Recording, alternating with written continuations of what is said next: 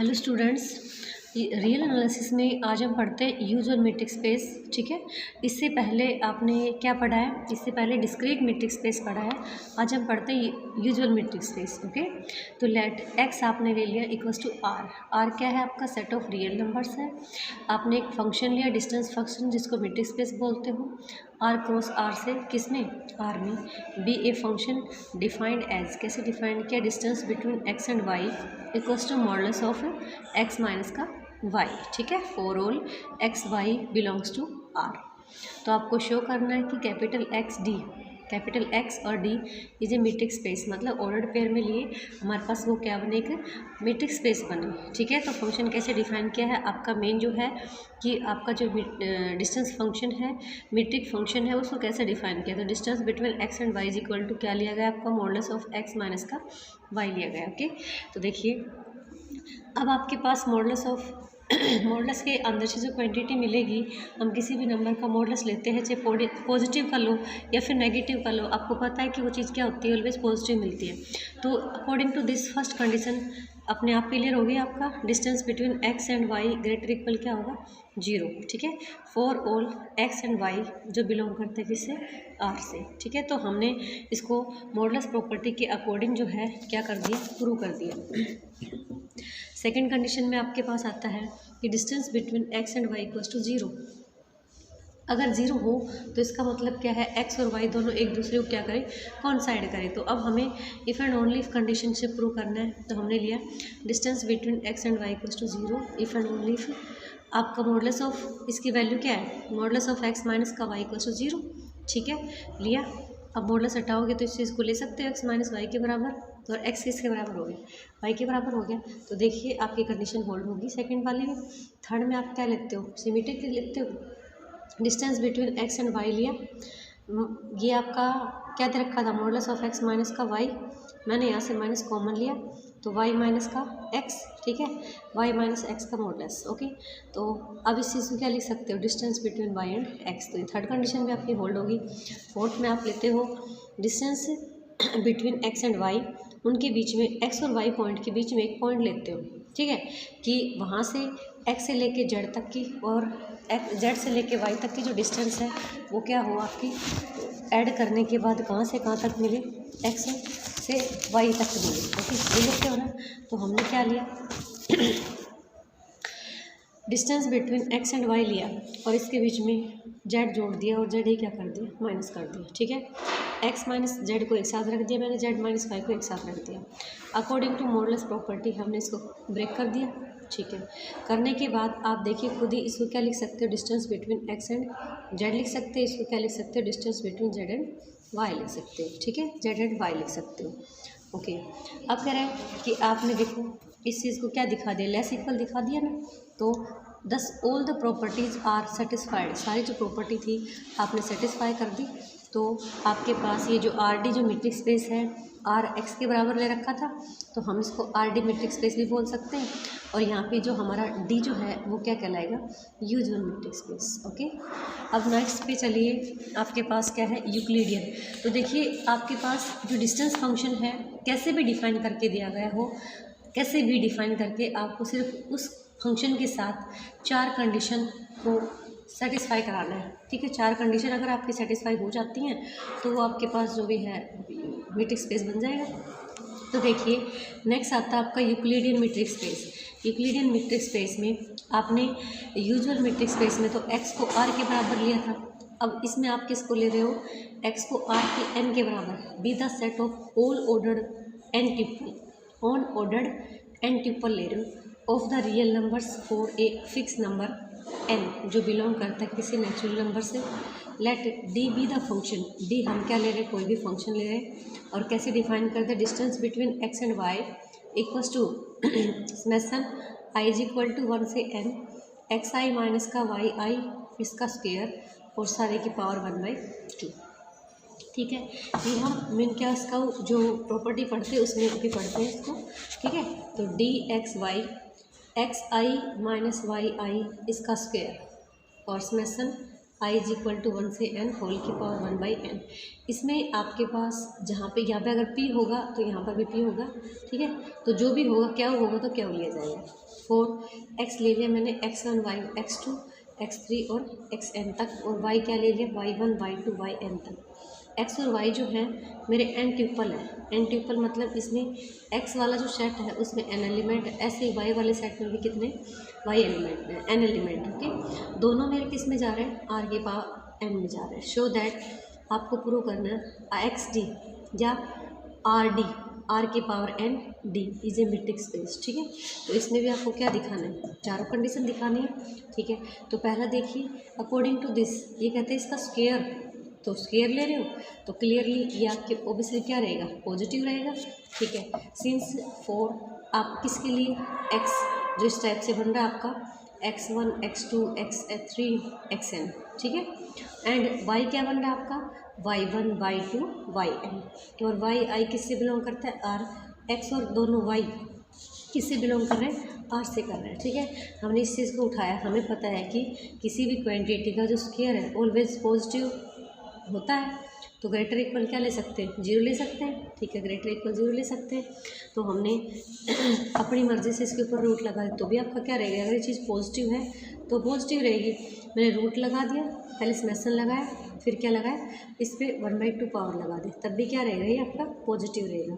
तो क्या दिखा दे, देखो distance between x and y greater equal है किससे, 0 से, okay.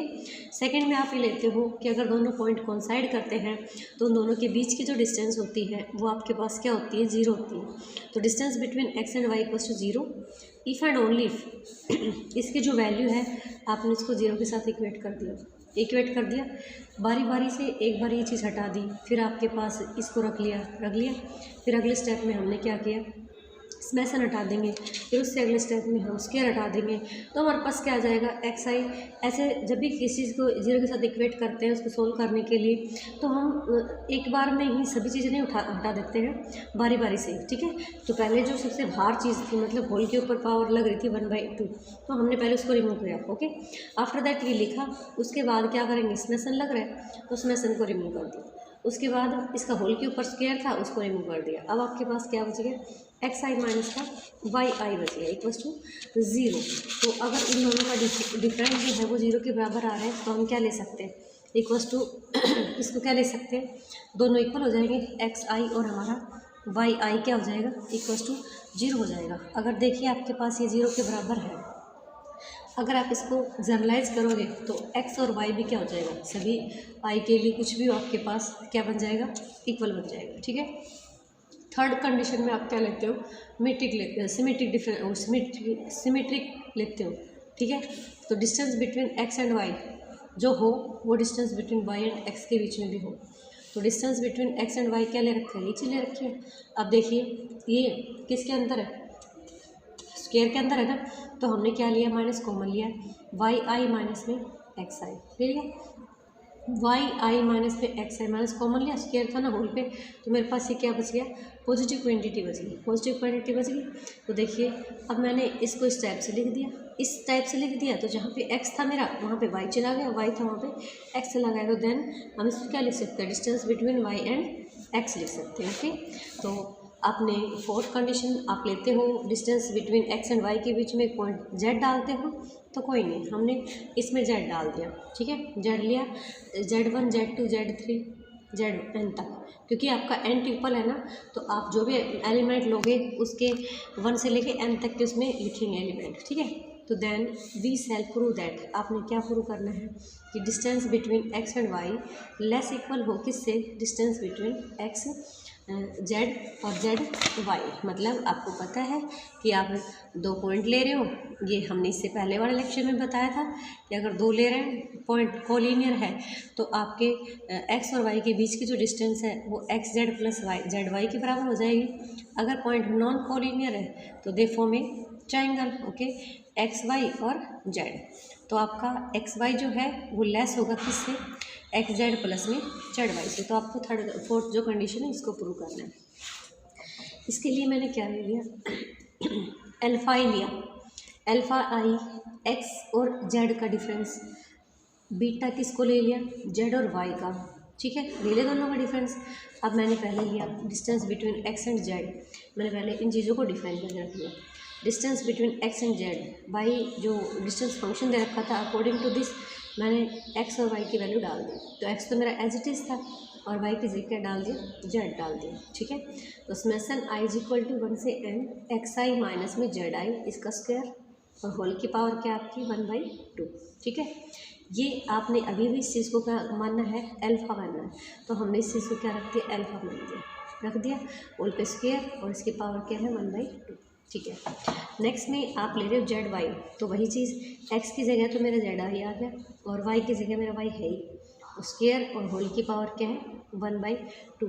Summation i is equal to 1 से n बीटा आई इसका स्क्वायर और इसके ऊपर होल की पावर। ठीक है, ओके। अब हमने क्या लिया, हमने पकड़ा किसको, distance between x and y लिया। अब इस चीज़ से हमें इन दोनों में कन्वर्ट करना है। ओके, आपके पास क्या है, summation i is equal to 1 से n एक्स आई माइनस में वाई आई इसका होल स्क्वायर और इसकी पावर 1/2। हमने क्या प्रोसेस करते आ रहे हैं कि इसमें जेड जोड़ते हैं और जेड ही क्या कर देते हैं, घटाते हैं। ठीक है, तो हमने क्या ही किया, जेड जोड़ दिया और जेड ही क्या कर दिया, घटा दिया। ठीक है, तो एक्स आई माइनस का जेड आई और जेड आई माइनस में एक्स आई का होल स्क्वायर, दोनों का ले लिया। तो देखिए ये चीज़ आपके पास क्या थी, अल्फ़ा, ये क्या थी, बीटा। तो हमारे पास क्या है यहाँ पे, summation i is equal to 1 से n अल्फ़ा आई प्लस में बीटा आई का स्क्वायर और होल के ऊपर क्या है पावर 1/2। अब देखिए मैंने अभी थोड़ी देर पहले बोला था कि हम मिन क्यास कर्व जो इनइक्वालिटी है उसका यूज़ करेंगे। ठीक है, यूजिंग मिन क्यास curve inequality in case of real number, अगर आपके पास रियल है तो ही हम इसका यूज़ करेंगे। ठीक है, हमारे पास लिया, क्या लेते हो इसके अकॉर्डिंग, देखो नॉर्मली हम कहते हैं कि भाई एक्स प्लस वाई का जो होल स्क्वायर है वो can not be equals to किसके, एक्स स्क्वायर प्लस में वाई स्क्वायर, नहीं होता ना।